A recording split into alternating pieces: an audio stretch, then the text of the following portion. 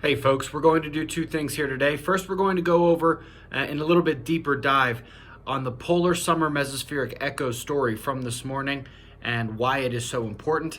And then we're going to get a little preview of something coming up this weekend. So, we know that Earth's magnetic field is weakening. We know Earth's magnetic poles are shifting. We know that this is part of a cyclic, ongoing geomagnetic excursion. We have gone over how this is affecting Earth's rotation speed, how it's affecting the magnetic field, how it's affecting the atmosphere and the ionosphere. We have also gone over a little bit how it's affecting the mesosphere, sort of the area in between the atmosphere and the ionosphere, really at the top of the neutral sky. In the polar region, there are these summer mesospheric echoes, and these are a fairly regular occurrence, but something interesting has been happening. They have been increasing in their frequency. Now, the original describing and discovery of this increase in polar summer mesospheric echoes was accompanied with a hypothesis about why they are increasing. What was their hypothesis?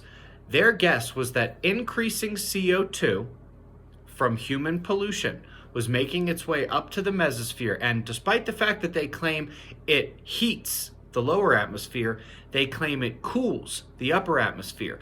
And since polar summer mesospheric echoes are a result of the interaction between ice, dust, and electric particles, electric charge in that part of the atmosphere, they said, okay, well, since ice is one of the components, CO2 getting up there should make it colder, more cold, more ice, more mesospheric echoes. Makes sense, right? No. Because the mesosphere is something like negative 100 already. That's really cold. Any water vapor that's up there is already quite well frozen. And so we knew immediately that this hypothesis didn't make a lot of sense. And we were thinking, okay, let's think about the dust and more importantly, the electric charge in that part of the atmosphere. By the time that this increase in mesospheric echoes was noticed again and reported again, they started to talk a lot more about the electron content of the atmosphere. This was when we felt really confident to step forward and say, look, the best explanation for this is that the weakening magnetic field is allowing in more energy from space, protons, neutrons, other kinds of plasma, including electrons. And this is what's actually causing that extra electricity in the mesospheric layer that allows the vapor, the ice crystals, and the dust to attract to one another, that allows these polar mesospheric echoes to actually manifest, and that's why we're seeing more of them. Certainly makes more sense than they're somehow magically, chemically, being more ice created at negative 100. Further studies came out and directly tied these polar summer mesospheric echoes to geomagnetic conditions, to auroral particle precipitation, which again are charged particles. And the story really became relatively solidified. Of course, what we went over this morning was how, not on the long term, they only studied it from the middle of last sunspot maximum through the sunspot minimum, so it's not going to give us any kind of long-term trends. But what this did was this was looking at sunspot maximum versus sunspot minimum and the electron content in the atmosphere. And of course, one of the main sources of that extra charged particles, which we have believed was the cause of the increase in mesospheric echoes, came from increased solar activity. They did two things this morning. They confirmed that during solar maximum, there's a better chance of getting these echoes and it's much thicker. And they can develop these multi-layer scenarios. That's half of it. And then they also focused on the fact that it is in fact the electron content of the mesosphere.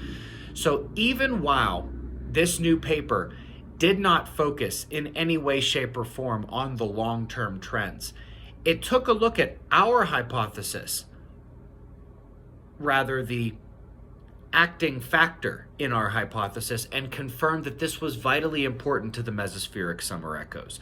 So I think we can pretty much put this one in the book now. I'm sure we're going to be getting some more studies on this in the coming years. It is a fairly robust topic, one that is not at all being ignored in the mainstream science, but from our perspective, the original hypothesis that came with the original discovery, pretty much dead, doesn't even make any sense whatsoever. What does make sense has been confirmed over and over again.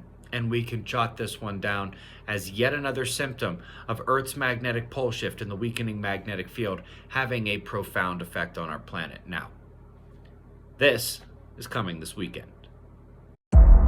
What's happening with the weather and the news, the media, vaccines, election fraud. There's a little more behind it, and it's different than I've ever heard anybody else talk about. The people in charge of the planet have pulled the trigger on this plan, this plot.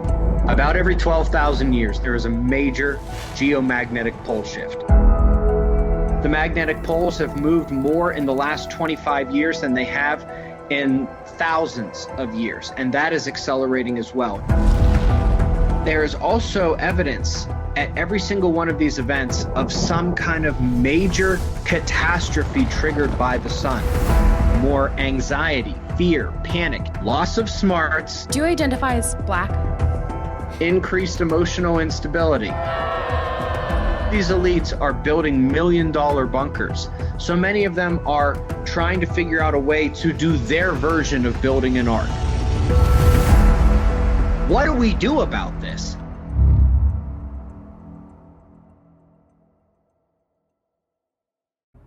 So you saw the website there. Go ahead and check them out over the weekend. Go ahead and check them out right now. It was a fantastic interview we did with Flyover, and I hope you'll enjoy it. We certainly enjoyed recording it. Anyway, I will see you in the morning for the Daily Show. Be safe, everyone.